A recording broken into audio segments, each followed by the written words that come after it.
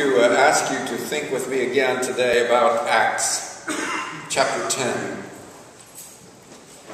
This sermon that Peter preached.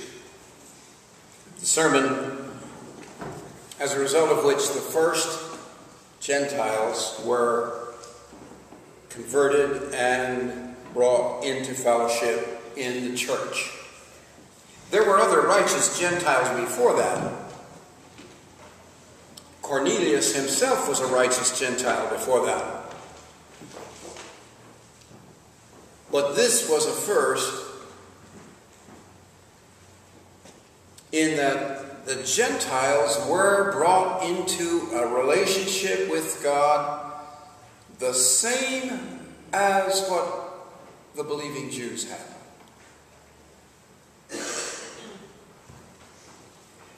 And this was a shock to them. It was a shock to Peter. You remember Peter was preaching, and it was very clear that he wasn't through preaching. He just got warmed up. He had said only a very few words. Peter opened his mouth, verse 34, and said something about what he had learned. It wasn't what he had come prepared to say. He said, I've learned something by the experience of being called here and seeing you all. I understand that God shows no partiality. That is a beautiful, powerful truth. It's central to understanding who God is. Oh, but what about the chosen people? Well, yes, he chose them, but not out of partiality. And he kept telling them that again and again. If you study the Old Testament, he tells them, I didn't choose you because you were wonderful. I chose you to be my instruments for a purpose. I chose you to reach the world. And he told Abraham, in you will all the families of the earth be blessed. Truly, I understand that God shows no partiality, but in every nation, anyone who fears him and does what is right. Oh, I know a lot of radio preachers who would like to expand those conditions, and who have added all sorts of extra conditions which they think should be added.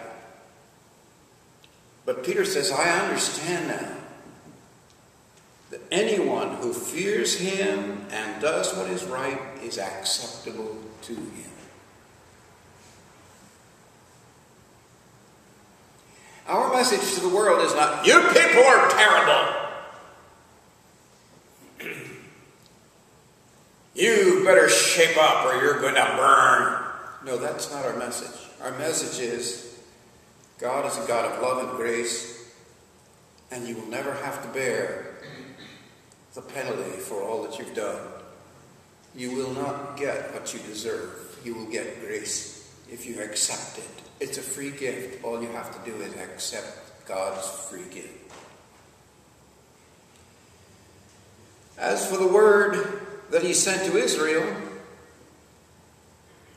preaching good news of peace through Jesus Christ, he is Lord of all. You yourselves know, yes, God sent a word to Israel.